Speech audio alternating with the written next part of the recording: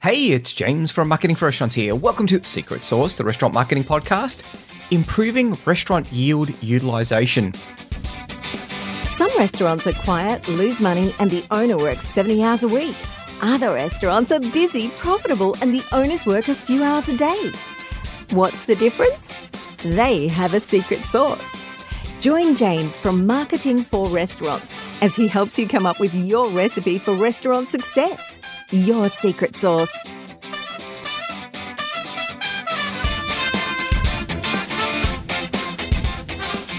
Ladies and gentlemen, welcome back to the podcast. Hope you got a few ideas out of why you would want to be doing restaurant marketing. They were the last two episodes that we did. I think it's important to go back to basics because sometimes people lose track of why you would actually want to do restaurant marketing. And, you know, it all comes down to that saying, you don't want to have the best restaurant that no one's ever heard of. And I've eaten in plenty of amazing restaurants that very, very few people have heard of. And I've got to tell you, it makes it hard to make a living or to be profitable or to get the kind of reward that you should be getting for the kind of hard work and the mad skills that you've got in the kitchen and front of house.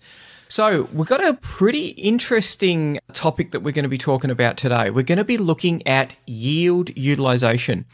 This is one of those things that the smart restaurateurs have really got down pat. They know that yield utilization is really important for their restaurant.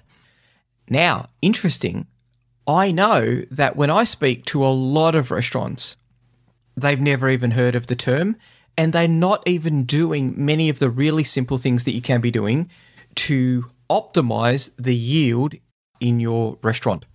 So what we're going to be doing, we're going to cover off on what is yield utilization, why it's important, and then we're going to look at 7 techniques that you can do that are going to help with yield utilization.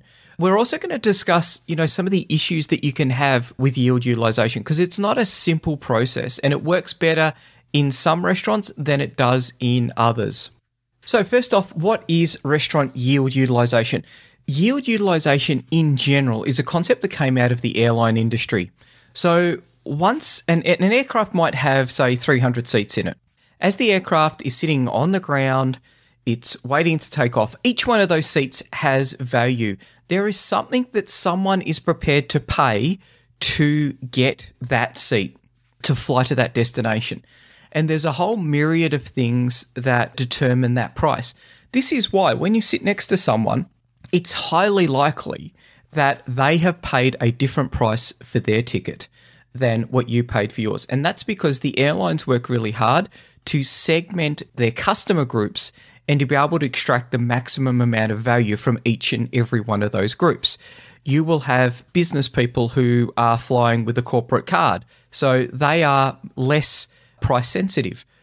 You'll have big families going away on a holiday, probably quite price sensitive. You'll have people who have booked 6 months ago for the plane that's taking off today. And then you'll have someone who realized this morning that they needed to get on that plane. So what their aim is to do is to sell the last seat at the highest price possible. But what they need to do is they need to ensure that they sell all of the other seats first. And this is why, if you book 3 months in advance, you're probably going to get a much cheaper price than if you book today for a flight that's leaving today. So how do they differentiate between business customers and holiday makers? Well, it's little things like, do you need flexibility in the time? So if you're flying overseas on a super exciting vacation, then you don't need the flexibility there because of the fact that that's the only thing that you're doing. You're going away on a holiday, so all your main effort will be to get to the airport on time for that flight. If it's a business flight, well, what if the meeting goes over? You're out there, you're meeting clients, and the client wants to talk for an extra hour. So what does that mean? So what they might do is they might purchase a flexible ticket. The airline is going to aim to fill the plane with the maximum revenue because once the aircraft departs, all of those seats that are empty become worthless. There is no value whatsoever in them. You can never get those seats back. So the strategy behind yield management in the airline industry is to sell the right seat to the right type of customer at the right time for the right price. So what does that mean for a restaurant? Well, there's some similarities there, aren't there? So tonight for dinner, you will have X number of seats. Now, you might turn them twice or three times. They're interesting little conversations to have when you're looking at maximizing your revenue and profitability, but they don't really help us with yield utilization too much. It does come into it a little bit, though, when we look at things like kitchen capacity. You will have options for yield utilization when you have more demand than you have supply. Many of the restaurants that we deal with are really busy on a Friday and a Saturday night, but they're very quiet on, say, a Tuesday night. Typical restaurant closed on a Monday, and then they open up for Tuesday, and Tuesday is very, very quiet. There's three components to yield utilization. Generally, you'll look at the strategy, the availability, and the pricing. And as I've said, it works best when demand exceeds supply. So are you one of those restaurants that's super busy on a Friday and a Saturday night? Are you turning away customers? Are there customers who are getting upset because they're ordering takeout from you and there's an hour and a half wait? Now, that is not an ideal scenario. And they are the perfect opportunities for you to start thinking about yield utilization. So we know that some restaurants do 50% of their revenues in the 8 hours over Friday and Saturday night. That's just a fact of life. And for many restaurants, it may not be as extreme as that, but there will still be a significant element where they're much, much, much busier than Friday and Saturday night. And you've got to think about, if you've got a financial plan, well, you should have a financial plan. Hopefully you've got a financial plan. What's the break-even number that you need to be doing? Because I know when some restaurants, they're kind of like hitting break-even for Sunday lunch or maybe early Sunday dinner. That's not a lot of profit that you're going to make for the week. What you want to be doing is you want to be trying to get in as much revenue early on in the week so that you can really start making some good profit over the weekend. If you are really under the pump on a Friday and a Saturday night, then what are the limits that you've got in your restaurant? So is it the number of tables? Are you turning people away? Because that's an absolute tragedy. You know, some people are going to get quite finicky about that because it's like, they feel that they're rejected. And on top of that, it's revenue that you could have, but you don't have. And so that's a good indication that yield utilization could be for you. Is it kitchen throughput? Does the kitchen just get so busy that even though you're not filling the restaurant, the kitchen is massively under the pump and it's taking a long time to get those dishes out? Now, that can be a real killer, particularly if you're trying to turn the seats 2 or 3 times through the evening. So what is it then that you need to be thinking about? Now, we're not going to be talking too much about kitchen optimization. We're not going to be talking too much about the items that you're preparing in the kitchen. When we start talking about our specific tactics, we are going to be looking at a really good way that you can have, those really finicky dishes that take a long time to prepare and they're just completely inappropriate when you're getting smashed on a Friday night. There might be a place for those. There might be an opportunity for you to grow revenue and grow customers with that dish. It's just not going to be on a Friday night. When we look at the 3 components, so strategy, availability, and pricing, there's a couple of things that I think in there. So first off, this is strategy. What you want to be doing is making sure that your yield utilization plan works in with your business plan and your marketing plan. So you don't want to be offering, significant discounts to draw people away if you're aiming to be the world's number 1 restaurant. That is not going to, people are going to see that and go, well, there's something wrong here. They're probably not the world's best restaurant. You need to be thinking about your location because that is going to feed into the amount of foot traffic that you've got coming by and the lease costs that you've got. And we're going to talk about lease costs in a little bit more time. Availability. When are you open? And this is a really, really big one. When are you open? How many steaks can you do or how many burgers can you churn out? And so often we'll talk about kitchen limitations. This is the maximum number of burgers that we can do per hour. So we don't really want to drive anything further than that unless unless it's like Ferg Burger in Queenstown in New Zealand and it's a part of the experience is queuing there for an hour and just sitting there waiting for them to cook your epic burger up. And then the last component of that is pricing. And there's lots of interesting things that we can do with pricing when we're going to go through those in our 7 hot tips on restaurant utilization. There are a couple of issues with restaurant yield utilization. So the first one is demand. If you don't have maximum demand across, a period, so Friday and Saturday night typically, if you don't have that, then you need to go back and do some more marketing. You need to look at your business plan. You need to look at your market. You need to look at the niches that you're targeting because you've got to drive that demand. And this is why we talk about why marketing. One of the things is that people say, I don't need to do marketing. I don't need any more customers on a Friday and a Saturday night because we're super busy and I don't want any more customers. Well, what about putting the price up? Would you say no to more profitability? That's one of the things that you need to be thinking about.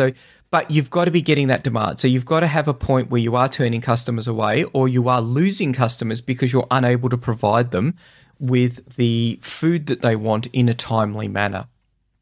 Now, the next issue with yield utilization is the number of hours that you're open. And we're going to go through this. I've got a little bit of an example. It's a little bit far-fetched, but I'm using it just sort of like a concept demonstrator for you so that you can get the kind of idea about just how important the number of hours are that you're open. And I know what a lot of people say, there's not the demand there in those hours. And one of our little hot tips will show you ways that you can generate demand across the day. But the number of hours that you are open, and this is that thing, that availability.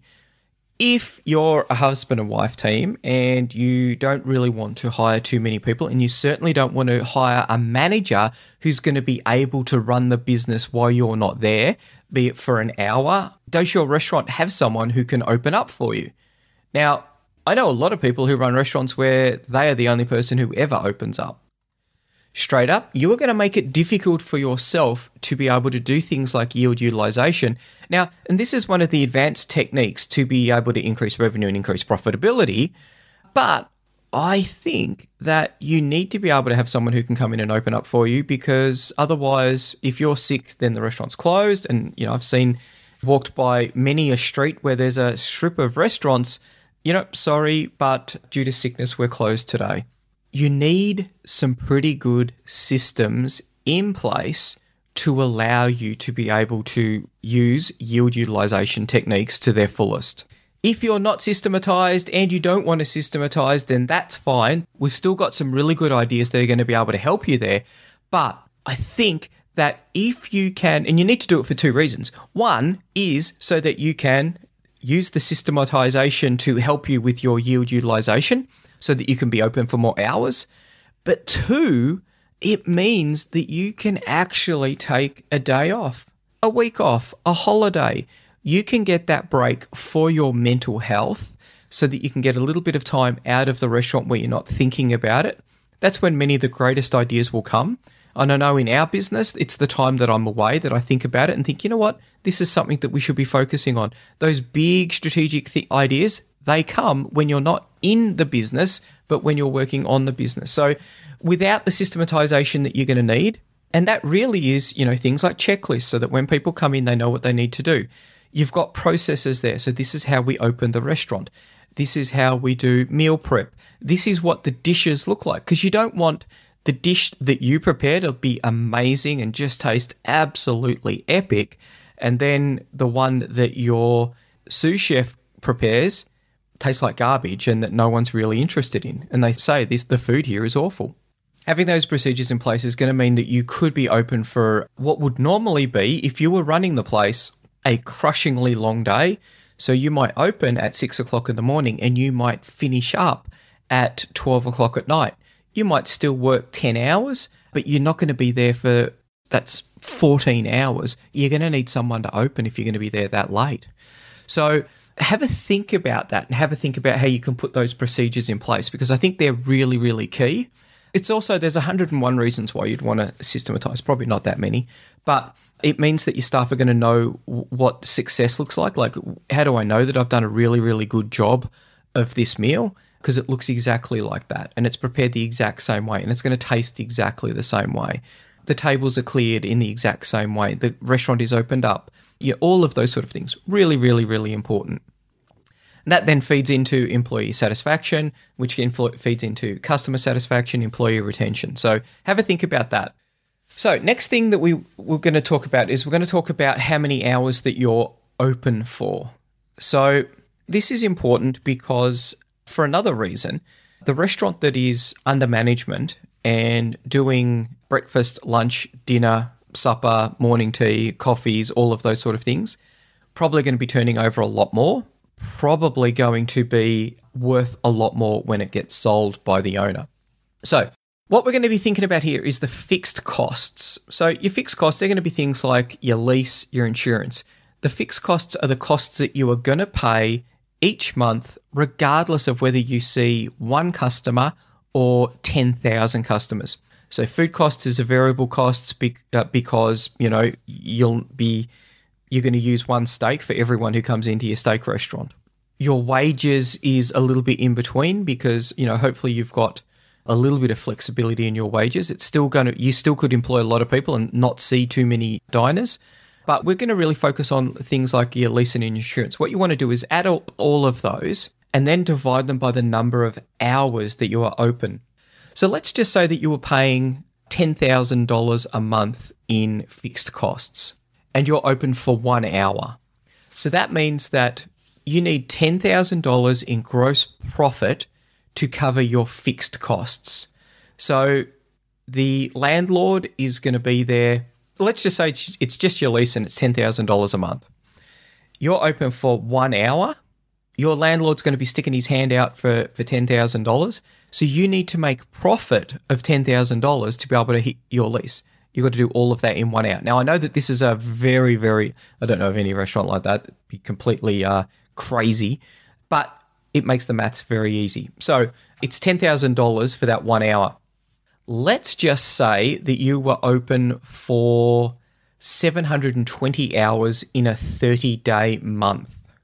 Why 720 hours? Well, that's 24 hours a day. So you're going to be open for 24 hours a day, and it's a 30-day month. Now, you can see why I think systematization is really important because you're going to be working for a very, very long time. That's one massively long shift if you're managing that restaurant for all of that time. Probably unsustainable. Obviously, you know, this is where we come back to the strategy. You need foot traffic. You need people who are going to be coming in at 3 o'clock in the morning. So you wouldn't want to be trying to do this in a little country town. But let's just say you've got a location and you're able to be open 720 hours in a 30-day month. Epic.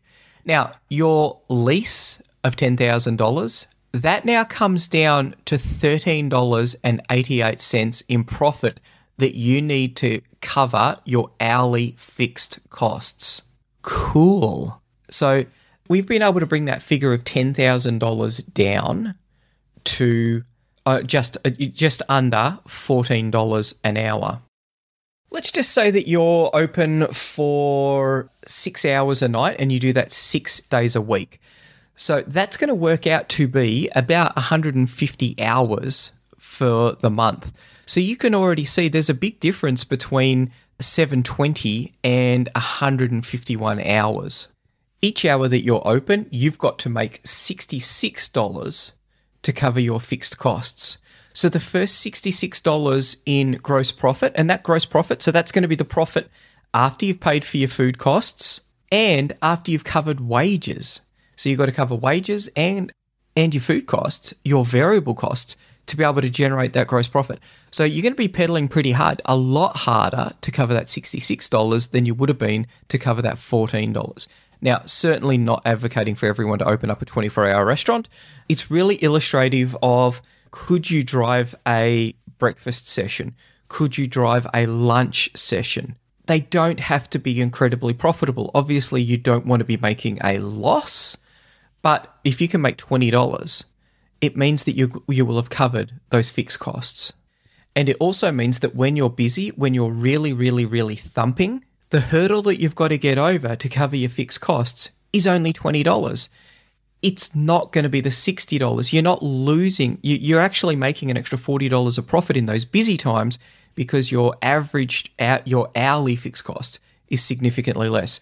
So it's a little bit of a complicated one to get your head around, and I know some people really struggle about it, but I think it is important to have a think about the hours that you're open and the days that you're open, and try to be a little bit smart about how you sort of set things up. Now, if you're committed to not opening anymore, I know that I was speaking to one of our customers recently. He is open on Monday and he's closed on Tuesday.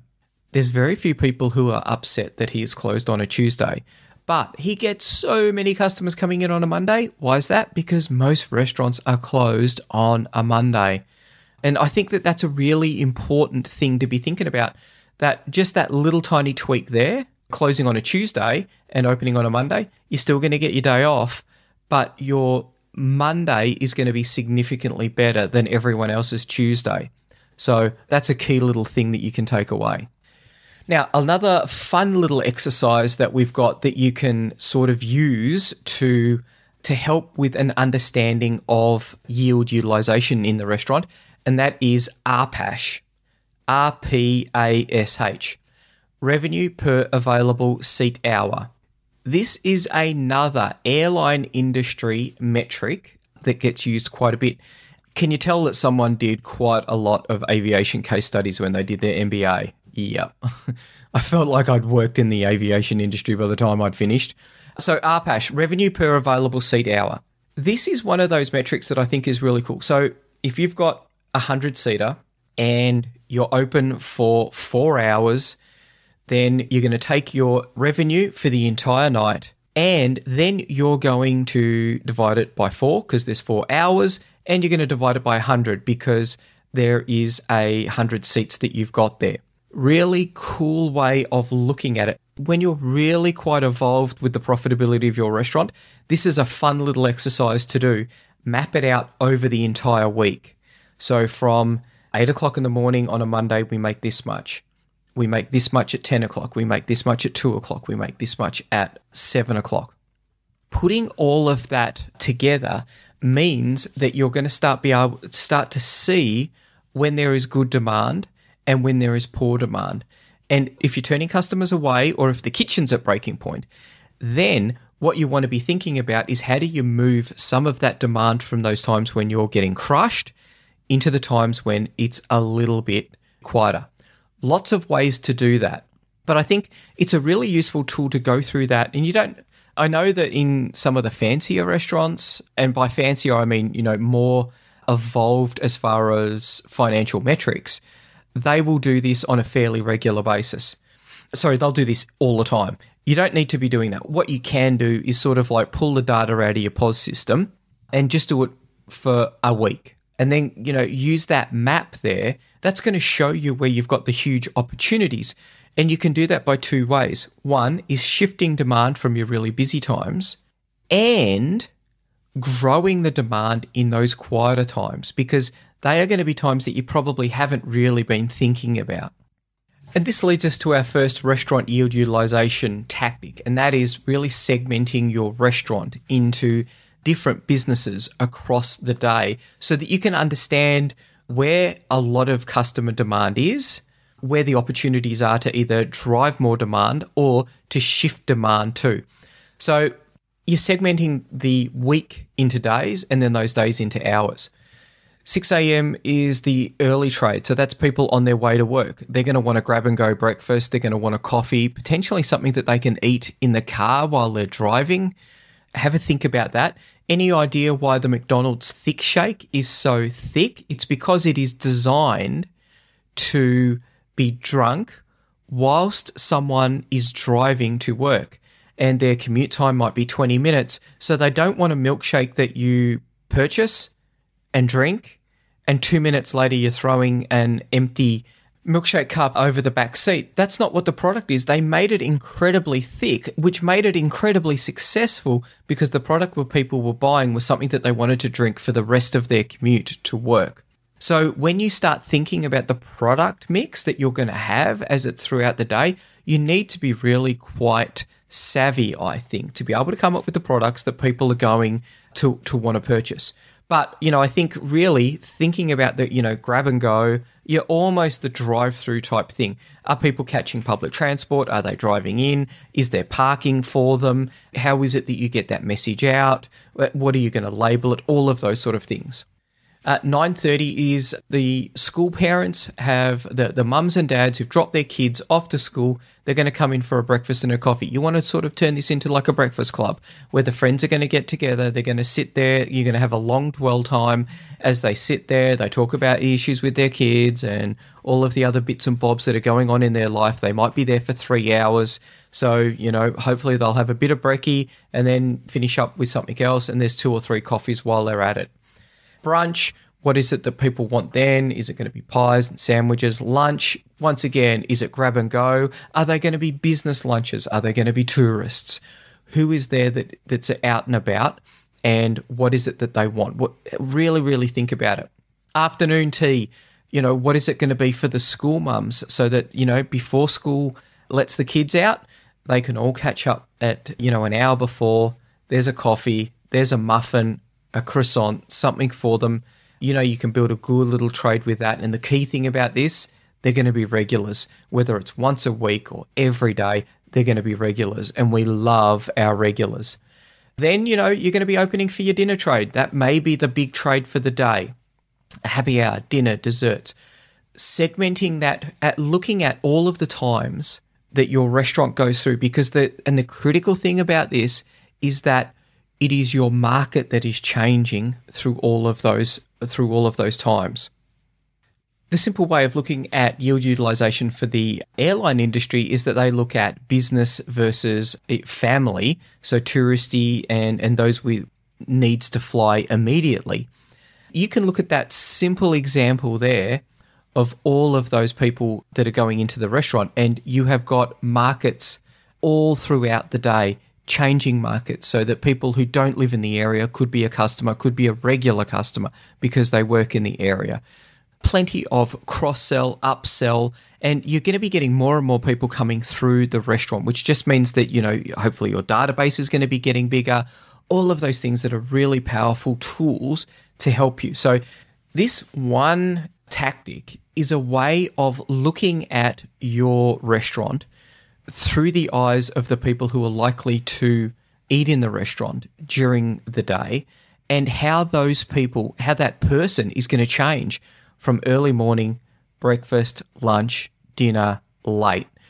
Very different people, different needs, wants and desires, different opportunities for you that you can really start to look at flattening out the curve. Because one of the things that we want to talk about is if you're getting smashed on a Friday and Saturday night, as you're open for longer, you could actually look at things like putting in a special fancy Friday and Saturday night menu that you're going to charge more for.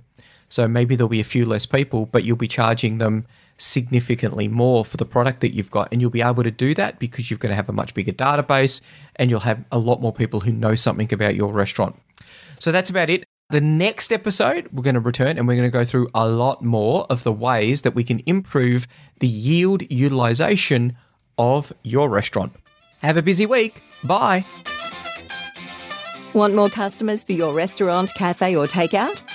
Every month, our marketing tools and information are used by thousands of restaurant owners just like you to help them find more customers and turn them into repeat customers. All of our tools and information is designed specifically for restaurant owners. We know you don't have a lot of time to spend marketing or learning complicated procedures, so our tools are quick and easy to use. If you're looking to increase your revenue and profits or want to work less hours, check out marketingforrestaurants.com.